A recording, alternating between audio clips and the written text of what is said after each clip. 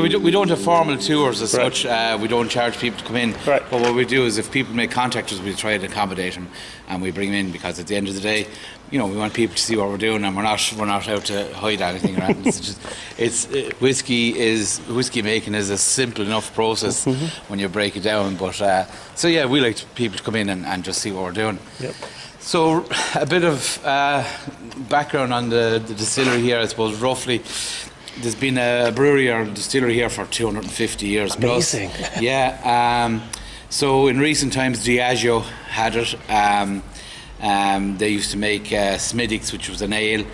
Which is very popular, and it was very popular in this region. Yeah, very, very popular, and still is very popular. Our host family said, "Oh, it's such a shame they're gone." No, the Smithwick's is actually a lovely drink, and Guinness or Diageo still make it. But so roughly around 2003, Diageo changed it from a conventional brewery to what was called a BBA, or a beer blending agent plant. So they used to make concentrate Guinness for Africa. So they spent roughly around 40 million, and then closed it for commercial reasons in 2013. Then in 2013, so they closed ourselves, Kilkenny and Dundalk, two of which are now distilleries, ourselves and Dundalk. So then in roughly around the 4th or 5th of December 2014, Mark Rainier bought the site here, and then in January 2015 we went about converting it from a brewery to a distillery, which was fairly straightforward because 2/3 of distilling is brewing. So we had the brew house, just a few small modifications. Obviously, Diageo wiped all the software, so you had to install all new software and stuff. Oh yeah, makes sense. So, but a lot of the stuff was there. We just had to kind of repurpose for a distillery. The big job was taking out some big bright beer tanks. There were 6 of those, and the stills are there now. There was some other pipework had to be modified and changed, but we had our first trial spirit run on the 9th of December 2015. So a year and 4 or 5 days after it was purchased, we had our first trial run. Yeah, very quick. Congratulations! Wow. Yeah, and I suppose that was helped by the fact that Mark had some second-hand stills that Forsyths were able to recondition. I think at the time the McCallum were doing their big project, so there was 36 or 38 stills that Forsyths were doing. So I think at the time there was roughly 3-year waiting list. Yeah, exactly. So the fact that we had the stills that we could recondition and get going was a huge help. Like, you know what I mean? So I suppose over here we have the old part of the brewery. So we would have been brewing here up to about 2003, and you can see the pipe rack. Then the beer would have been transferred across here and would have been fermented and matured and racked, or cask, put into kegs.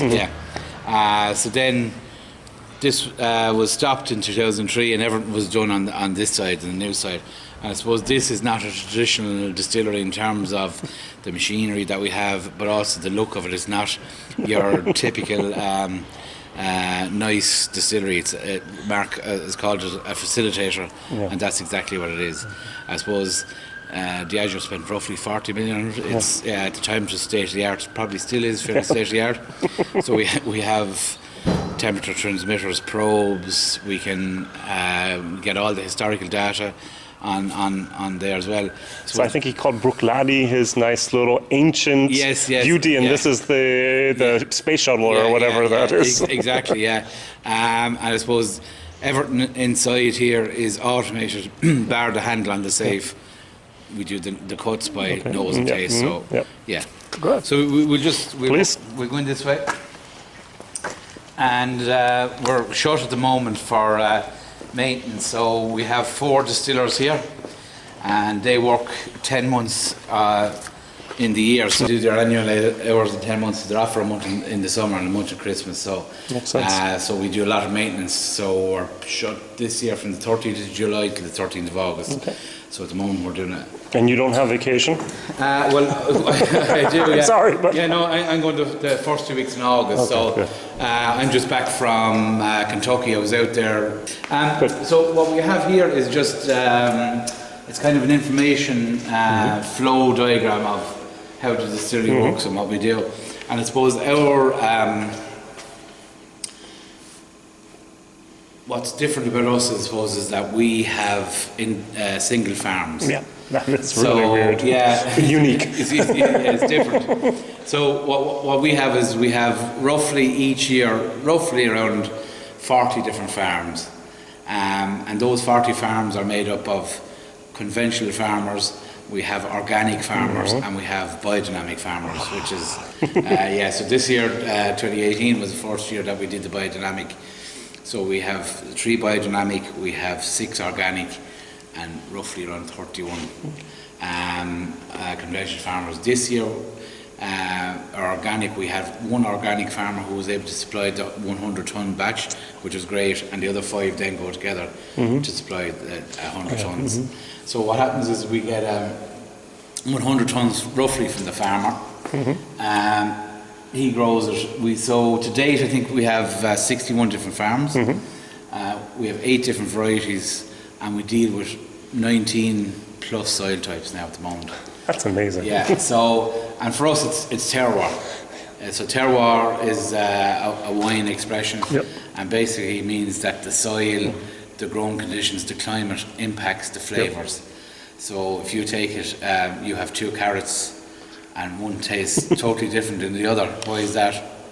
It's the way they're growing or how they're growing. And even in individual fields, you'll have a field that will have that's very flat, so it'll be fairly uniform. Or you'll have another field that'll be undulating, and the sun will hit certain parts of it. So if the rain falls, it'll go into the basin and stuff. So that's what we believe, and we can taste it in the spirit. We're also doing some research with an Oregon State professor, or Dr. Dustin Herb, to prove that terroir exists, because at the end of the day, with whiskey. With whiskey, yeah. Exactly. With whiskey, yeah. We know that it exists with the wine. Yeah. I can actually taste that. But I suppose people can taste it, but it's not everyone can taste it. So you'll have people who doubt it. So the people who get to taste it, or are fortunate enough to taste it, they can smile and they know the difference. But the people who doubt it, I suppose it's to scientifically prove that it exists. Cool. So what normally happens when the grain is harvested is the farmer brings it into the merchant, and what we actually do is we actually go out and collect it. So it's part of our traceability. We want full traceability. So the farmer will harvest the crop, and it'll be in their yard, and we will send, I suppose when we say we work with Minch Malt, who are the malts or bone malt, and they work with Daltons in Kilkenny. Daltons will go out with 3 lorries, collect it, and bring it into Kilkenny, and to what's called the cathedral. So the cathedral is Mark named it. It's where the farms are independently stored in individual bays. So it comes in roughly around 100 tons, and it gets dried then. So to dry 100 tons separately is a lot of work. I think it's a lot easier just to get 1,000 tons in and dry. So logistically, there's a bit of work on it, but in fairness, Daltons and Minch Malt are brilliant. I'm not sure if they ever do it again because the amount of work is involved. But, I'm going up to Jennifer after this in Tipperary. Oh, yes. And she said the first time she went to a malter, and she said, I want to have, I don't know, a ton. And they just laughed her out. And you're going, we have 100 tons, and you're going, that's still not enough. It really is amazing, the dimensions of the size. It's much easier dealing masses, exactly, like thousands but of still, tons. that's 3 truckloads. Lorries full, and for me as a layperson, 3 truckloads should be enough. But it's not. No. Like I suppose when you look at it, like we would aim to produce roughly around 1 million LAs a year, which is probably bulk 1.45 million litres in bulk terms. So if you look at maybe some of the bigger players who are doing multiples of that, obviously thousands of tons is what they require, and it's generic barely enough. Jennifer was down, which is really nice and very, very good. So this is basically already the 2nd largest whiskey distiller in Ireland, isn't it? Middleton is number 1, and then who else is producing that amount of? Oh, well, I presume Tullamore would be. Well, the new one, yes, you're right. Teelings would be. Okay, really? Okay, Great Northern. So I suppose it's not, for us, it's not about the quantity. No, but still, it's an amazing for me, once again, as a layperson. Well, I wouldn't say you're a layperson. Well, I'm a semi-professional, yes. You've seen some of my videos, apparently. So we store it in the cathedral, and we're also looking at building a little bit more on, because we're getting more grain. I think that's probably being talked about now, and I think we call that the chapel or something like that. Not as big as the cathedral. So it comes in, it's dried and it's stored, 1 bay per farm. And it roughly stays there for about 6 months until it starts breaking its dormancy. So then it's transported to the maltings in a tie. So I'm sure you're familiar with the malting. So it's steeped and germinated and kilned. From the 100 tonnes roughly, we get roughly around 75 tonnes malted barley. Just to say, at this stage, in Ireland you're allowed to use gibberellic acid, which is an enzyme, and we don't choose to use that. We will be going unplugged as such. There'll be no additives at any stage. Even when we go to bottle, we won't be using E150. So whiskey for us is without an E in the spelling and in the way we produce it. So we choose not to use GA. That adds a bit of time to us for the malting. So normally the malting is 3 days. It could be 4.5 days. So that adds a bit of cost to it as well. But I suppose we don't want anything affecting the flavour. So roughly 75 tonnes of malt will arrive then into the distillery. So we have 3 storage bins. They hold about 125 tonnes, so no problem, and they empty out totally.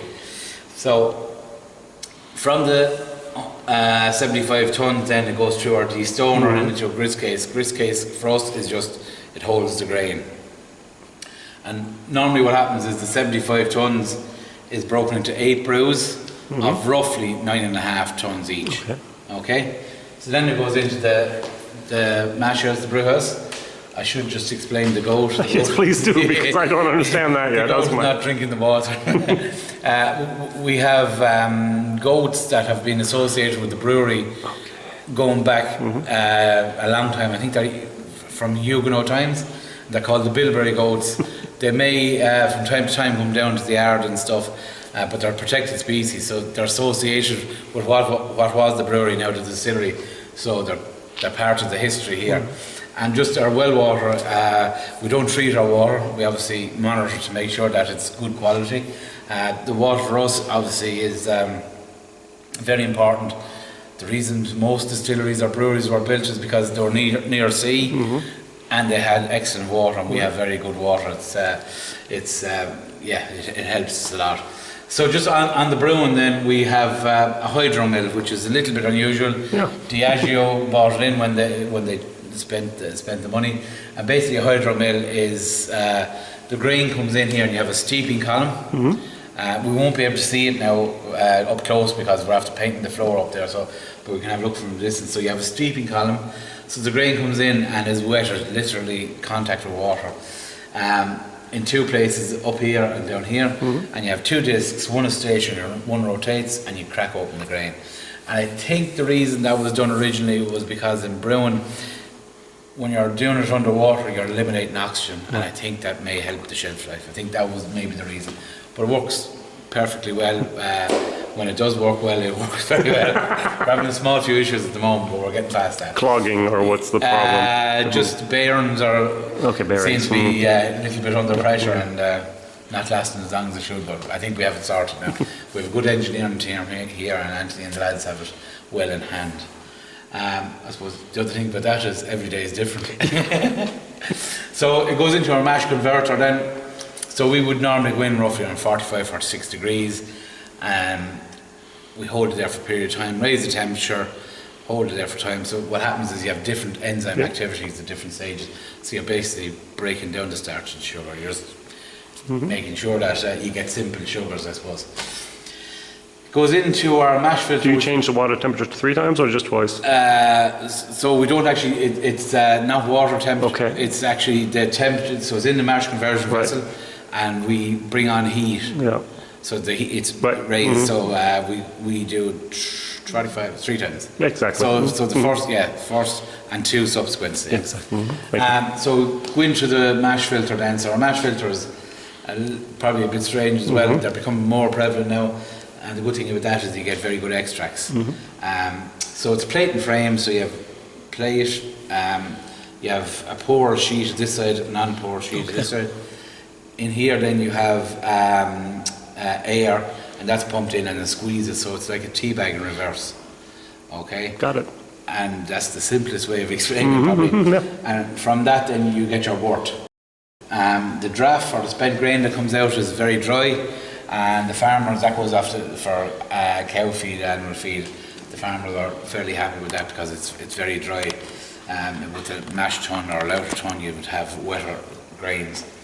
So the wort comes out, obviously it's too hot to go into the yeast, so we cool it to about 22 degrees. We used distiller's yeast. We have facility here to grow our own yeast, and we have a yeast propagation plant. That's something we'll probably look at down the line, because we can. I like that sentence. Because we can. So then it goes into our washback. So as I said here, 75 tons, 8 brews. So we put 2 brews into each washback. So we roughly get about 85,000 litres into here. So we fill 4 washbacks. Again, this is an individual farm. So normally, I suppose the fermentation process would take maybe 60 hours.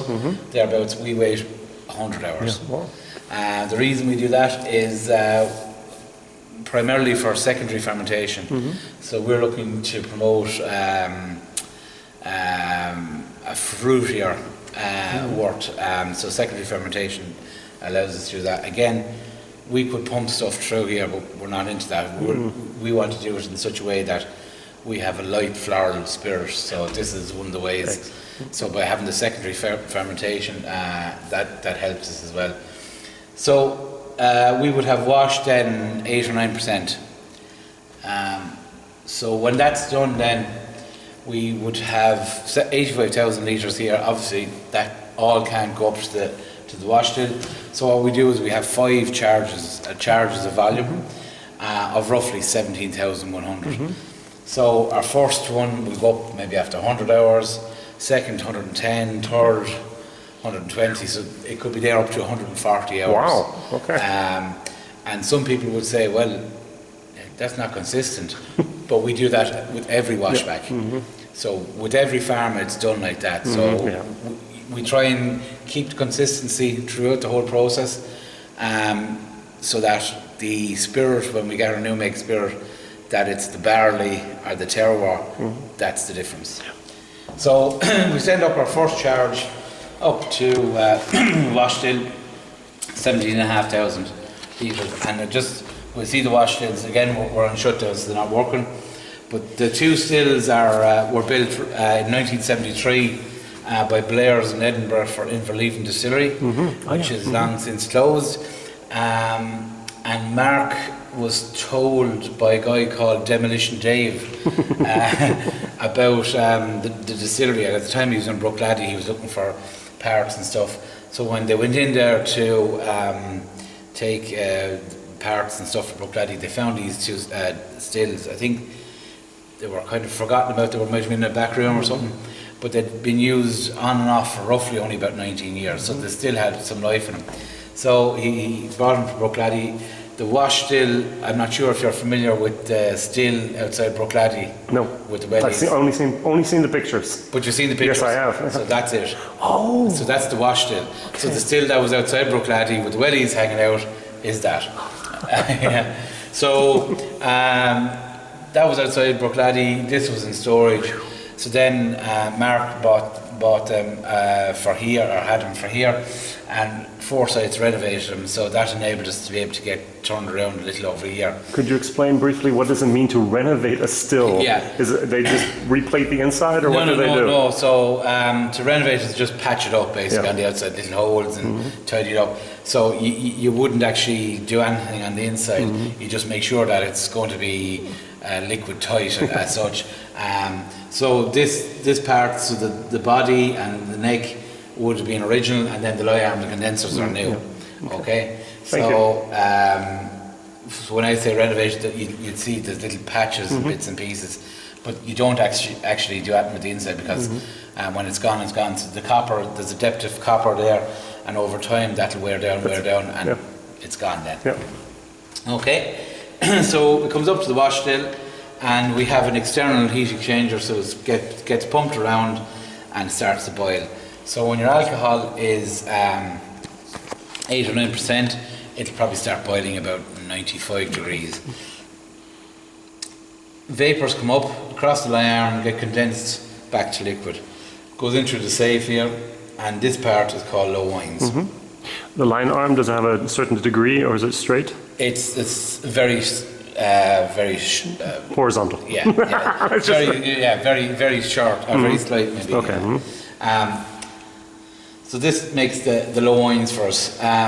We would run this roughly around 1,000 litres an hour, which is slow enough.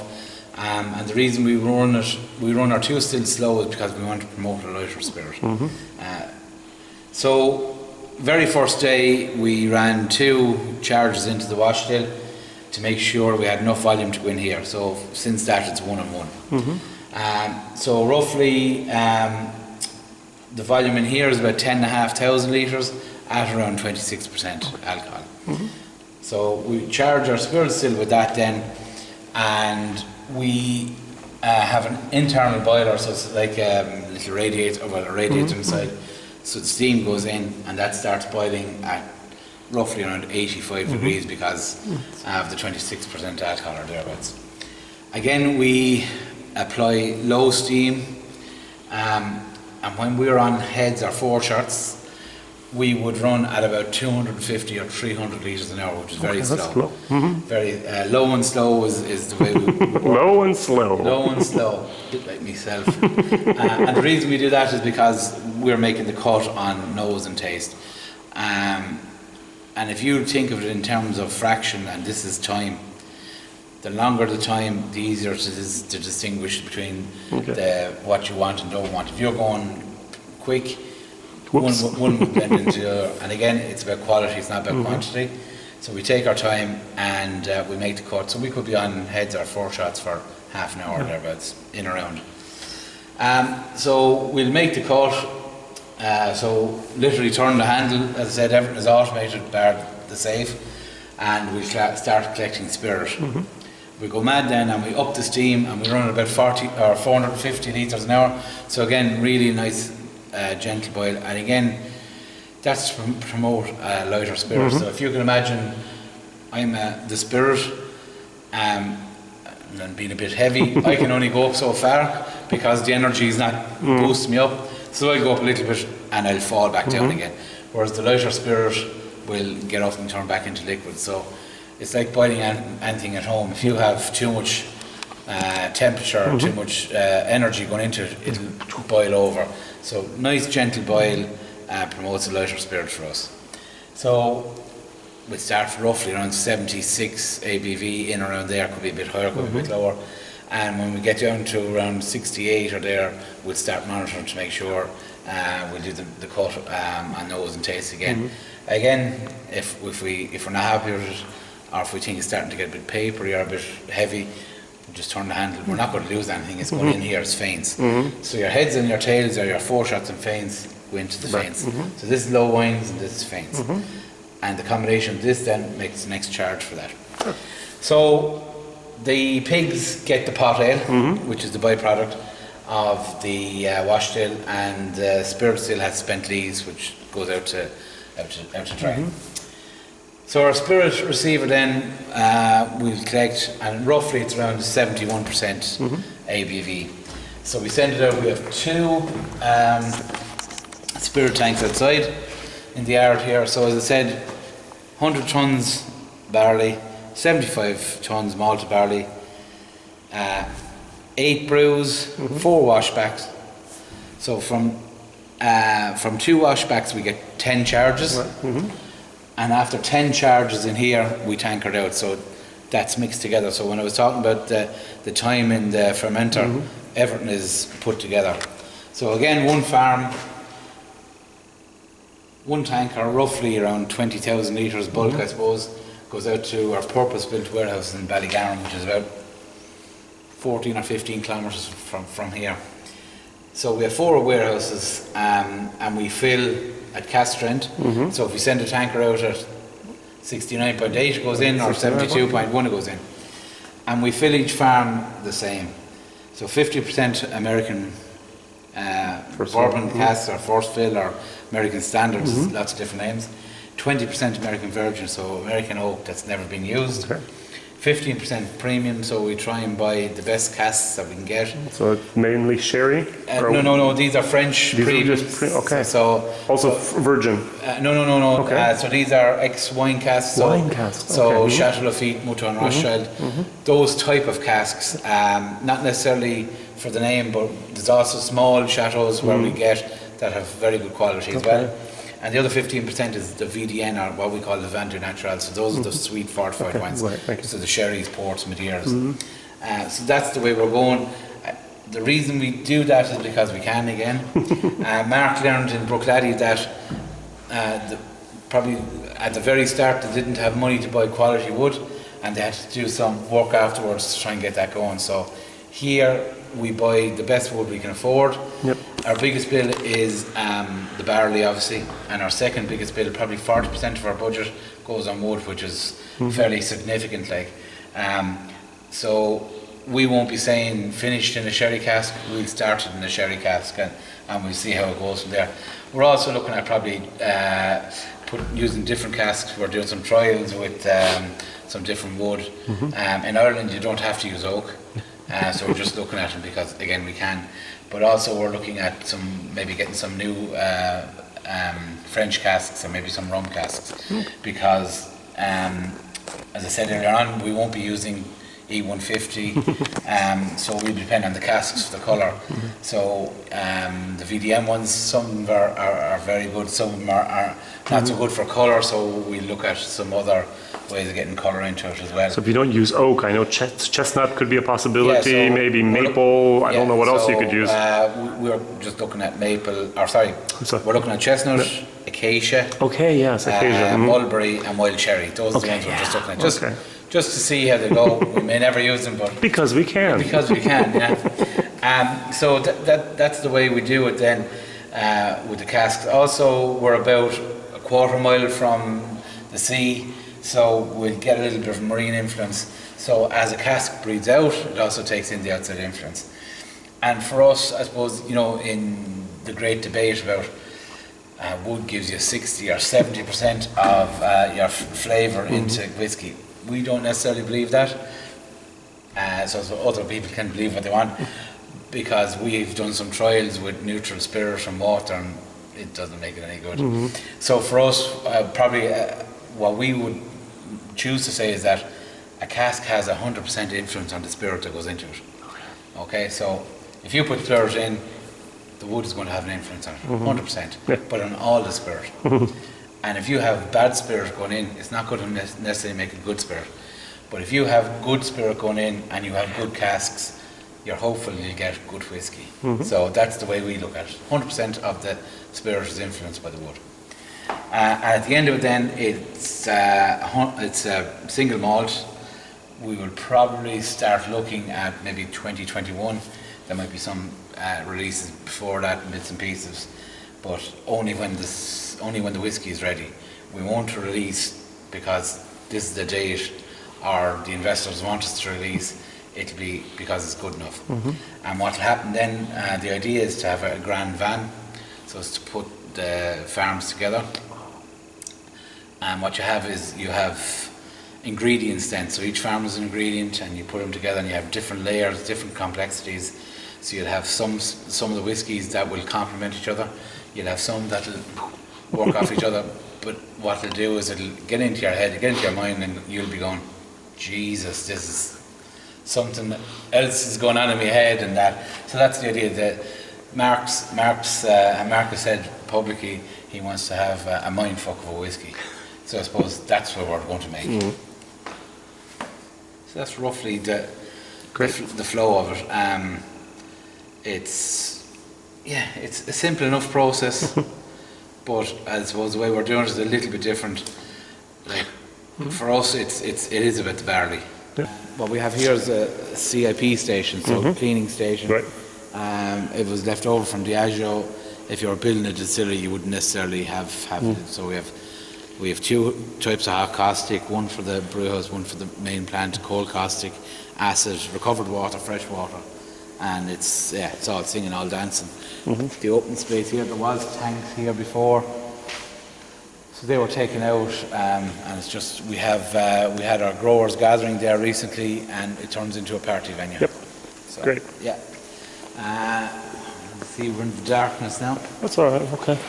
Down here, then we have a number of tanks. A lot of them are actually not in use at the moment, because, as I said, we do 1 million LAs in around that a year. The plant can probably do 3 million LAs if we got ramped up. So we have 4 washbacks, and we have a water tank down there, and we have what's called a pot ale buffer tank. So it's a heat exchanger for the pot ale coming down and the next charge coming up. So there's about 10 or 12 tanks in here that are not in use, that if we ramp up, we can just get them going. So we have, that's where we mix our yeast. There's like a milk tank that we converted just to do, that's where we hold the refrigerator. In here then is your laboratory. The tasting room. This is where we do our tasting. So we taste all our new make. We draw samples from the casks from Ballygarran and we taste them here. But I'll show you this. But we also have a passport. Yes, every farm has a passport. So every farmer gets one of those, and it just we have full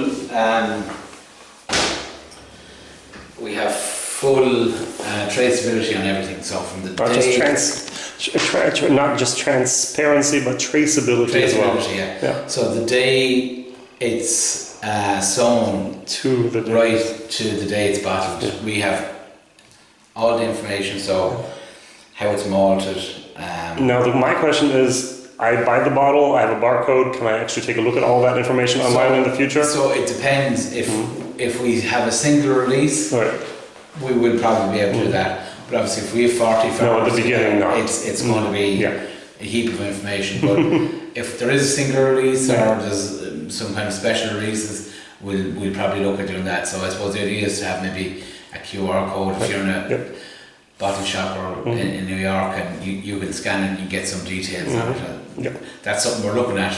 It's all just in the sky at the moment. It's all just. Well, you have a few more years. We have a few more years, yeah. What we have then is we have a little book, and we send all our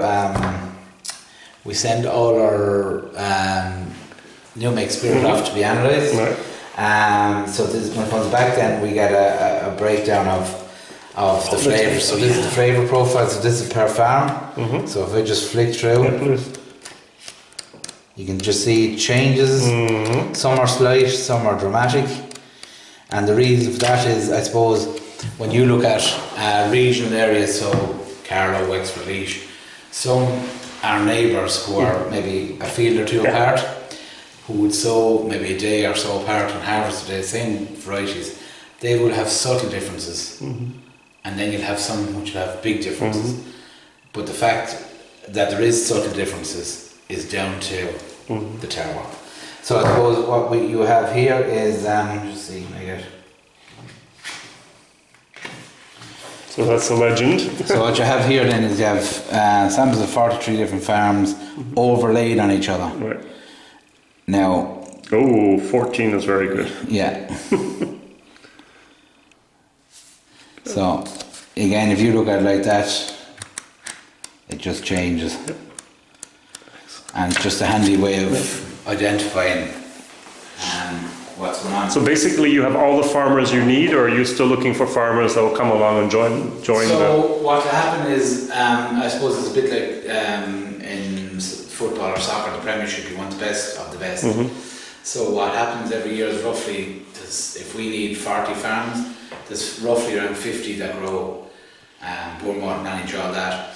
And what happens then is there's certain specs that we need to be able to put through the mash filter and the whole lot, so protein is a big one. So the best farmers will take in. There may be situations where farmers will give up, they'll leave tillage, but they're still part of our, if we've done them, they're still part of our story, and I'll show you on the map later on. We have the guys that we're using, so for 2017's harvest we're distilling at the moment, but for 2015 and 2016 there's guys that we've used and we're in casks that we're not using this year for one reason or another. They may have chosen not to do tillage, or they may not have met the criteria or whatever. What we're doing is we're making whiskey we want to make. So Terroir obviously is a French term and it's well known in the wine industry. So wine people will get that it will be a little bit different. So by having French and VDN and the Americans, we can make a more of a French style whiskey, I suppose, and more palatable to that. So you may prefer the bourbon style or that American oak style, and we can do that, but we can also do the French influence, I suppose, and the wine people will like that. And you must remember, this won't be for everyone. Everyone won't like this, and that's fair enough. Everyone has enjoyed their opinion, but it's an interesting drink. It's not just going to be a drink that's someone takes and puts Coke into, and well, they can do it if they want. Please don't. Please don't. But it's a drink, and for me, whiskey is an atmospheric drink. So you're having this dram, and you're in good form, and you get those flavours, you get those fruity, vibrant flavours from that. And some days you're at home sitting in front of the fire and you're feeling, you could be after getting wet outside, and you feel a bit damp and heavy, and you get those clove flavours straight away. So whiskey for me is definitely an atmospheric drink. But if we go for more for a French VDN style type whiskey, it may appeal to the wine drinkers and that. So what I'll do is we'll just add a drop of water, and that really opens it up. You can actually see the water reacting with the oils there now. That's really after opening up there now to something else again. You're doing good. We're doing okay. And just over here then we have some VDN samples. We're just assessing the colour, so that's the Sauterne. So we have some colours like this as well. So we have a lot of sweetness, but lacking a bit of colour. And then of course we have a sherry, which is, quite good. So before we had Marsala, right? Muscatel. Muscatel, I thought it was, okay, Marsala is what I read on there. We have Marsala there as well, but see, I have a Muscatel in hand, I might have one.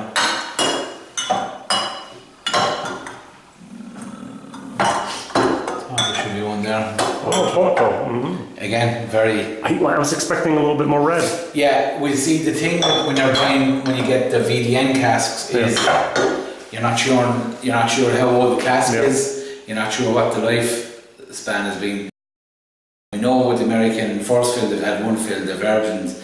We know with the French because we deal with a supplier, but the VDNs can be very hit and miss. Like we say, this port.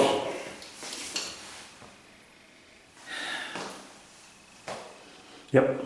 You got the nose. You have the nose, you don't have the colour. All right. And especially with those style casks, you don't know how old or how much use they've had.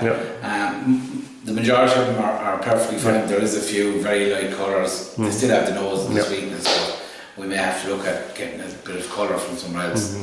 Not from me, 150. Okay. All right, excellent. We go up and have a look at the stills and bits and pieces. Every farm we fill into a blood tub. Blood tub for us is a 35 litre cask made from American first fill.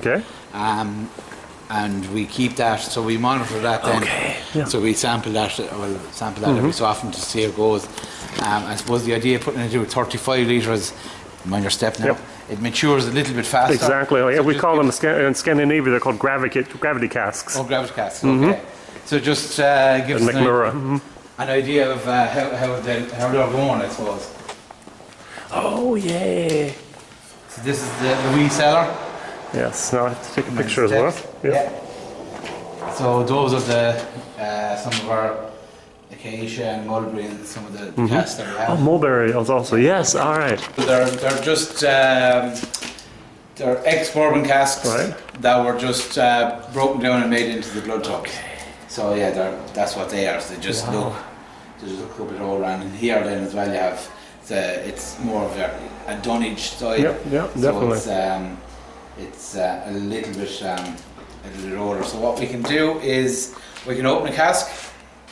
Mine behind you. Okay. We can open the cask and we can have a taste. So what I'll do is I'll open one of these guys. I'll just get all the implements. So we'll open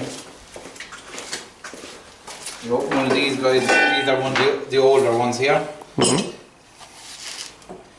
So 2176. And will you ever harvest these? And will we ever? Because after like 8 years, it's worthless. So what are you going to do? How are you going to? Don't know. Okay, good. We'll do something. You're flying by your pants, aren't you? We'll do something with them.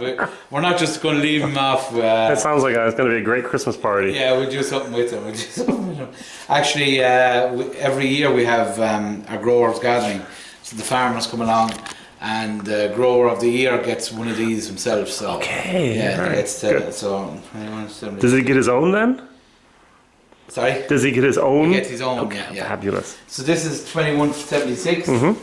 So you can see here 2176 American Blood Tub Bourbon, Andrew Bergen, 72.61, and it was filled on the 5th of the 12th, 16. All right. So it would have been one of the last farm that we distilled in 2016, yeah.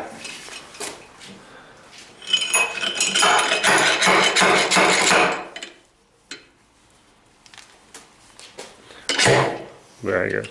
Expertise. You've had expertise. Oh yeah. Oh yeah.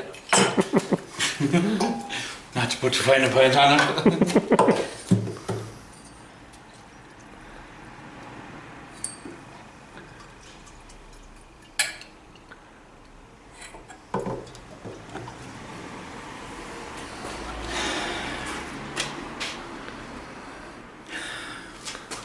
Look at that smile.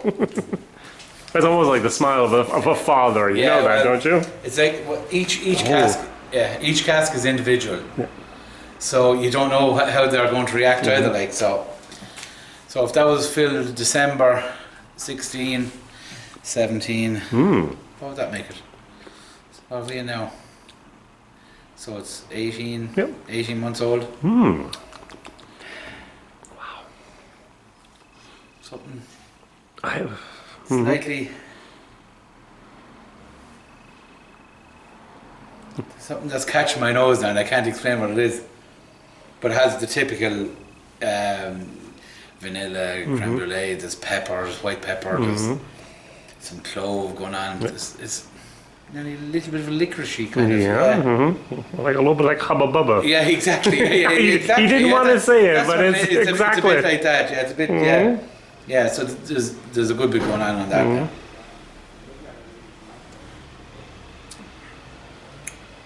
Nice. All right. Nice and smooth.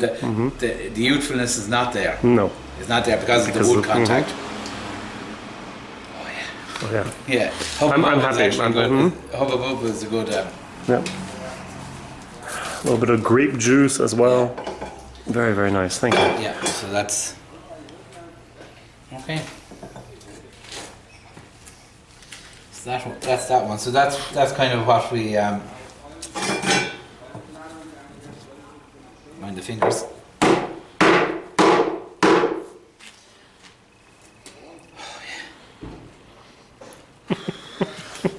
You like? Yeah, well, I suppose it's like everything. Like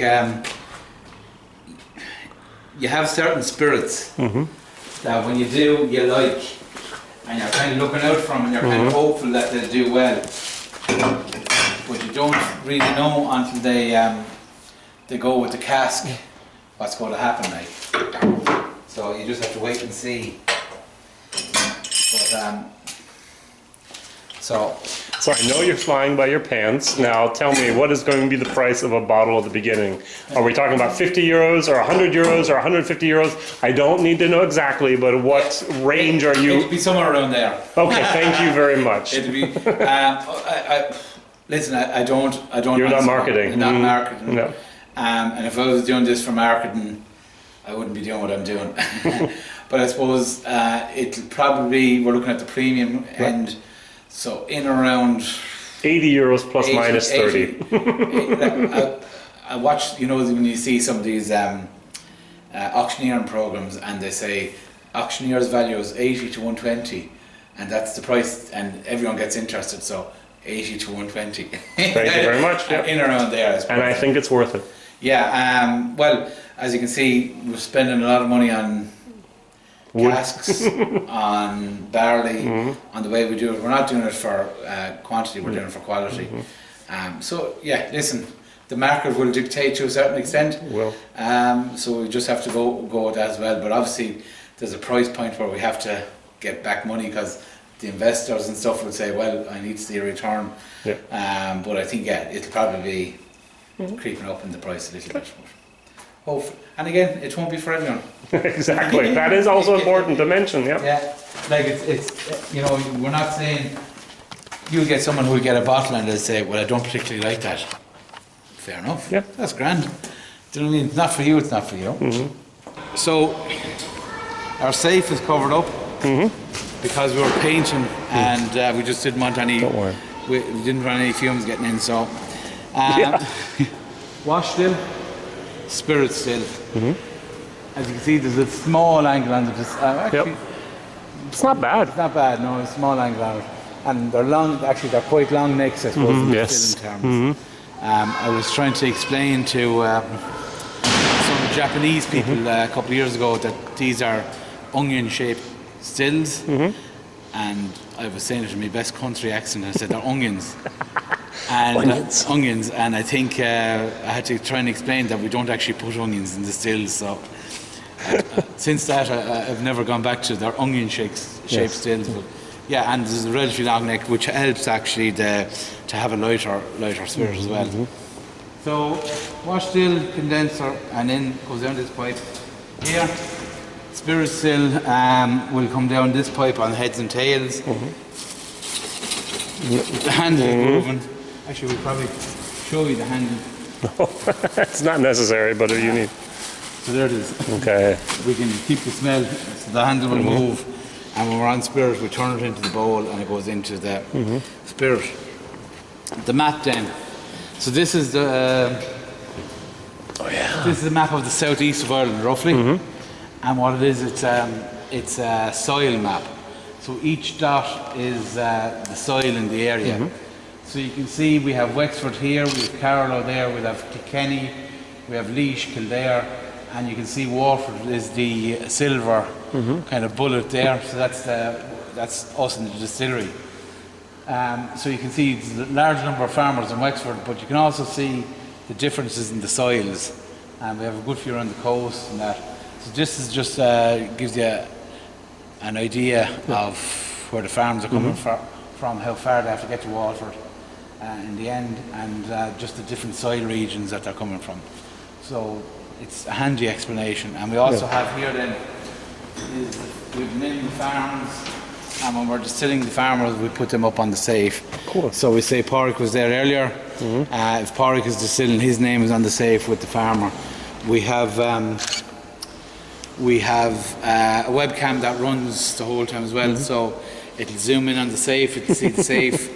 When it's running, it'll pan back out and you see the whole still deck, and then it'll go into the map, and the map is usually a light on, highlighting the farmer that we're doing. So obviously we're not distilling at the moment, so that's not on. So yeah, so that's the reason that happens.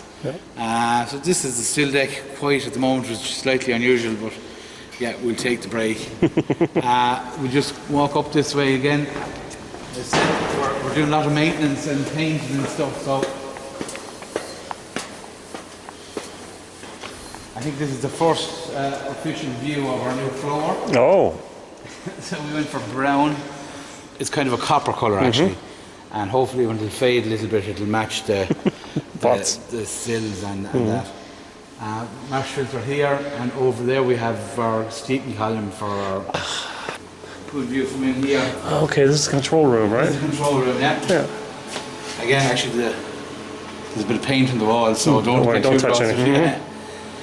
So we have a good view normally here when the day is good and that, and we also we run everything from here.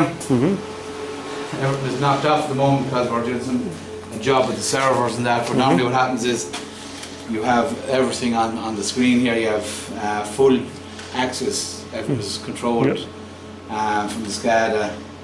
Everything bar the handle on the safe.